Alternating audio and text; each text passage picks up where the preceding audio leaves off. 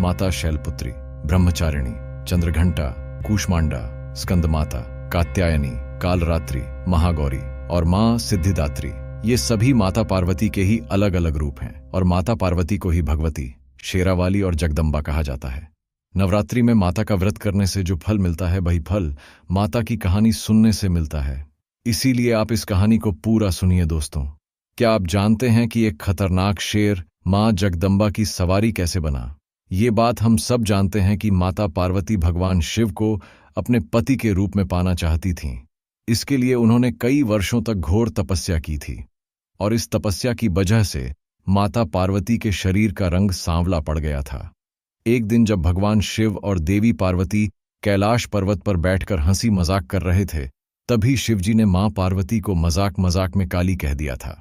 शिवजी की ये बात पार्वती जी को बुरी लग गई और वे रुष्ट होकर कैलाश पर्वत छोड़कर चली गईं और अपने गौर रूप को वापस पाने के लिए एक जंगल में फिर से तपस्या करने लग गईं।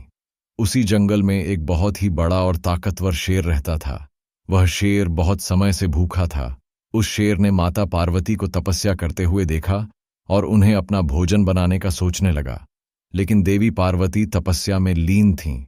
तो उस शेर ने तय किया कि जैसे ही ये तपस्या पूरी करके उठेगी तो मैं इसे खा जाऊंगा, और इसी इंतजार में वह शेर वहां बैठा रहा। लेकिन माता पार्वती को तपस्या करते हुए कई साल बीत गए और शेर भी उनके पास भूखा ही बैठा रहा।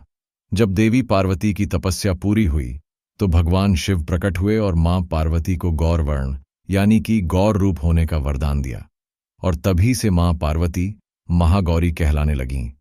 तपस्या पूरी होने पर मां पार्वती ने देखा कि शेर भी उनकी तपस्या के दौरान पूरे समय भूखा प्यासा बैठा रहा। माता इस बात से प्रसन्न हो गईं कि किसी बात के लिए ही सही पर यह भूखा प्यासा इतने सालों तक मेरे पास बैठा रहा, इसीलिए शेर को भी उसकी तपस्या का फल मिलना चाहिए था। तो उन्होंने उस शेर को हमेशा के लिए अपने पास रहने का आशीर्वाद दिया और उसे अपनी सवारी बना लिया।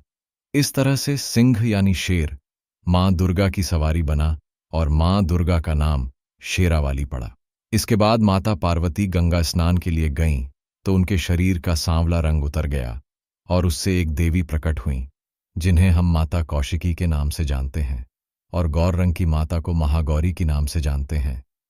यही माता शेरावाली की कहानी थी। यदि आपको ये कहानी अच्छी लगी हो तो कमेंट में जय माता दी जरूर लिखना दोस्तों। इसके बाद मैं आपसे अगली वीडियो में मिलूंगा।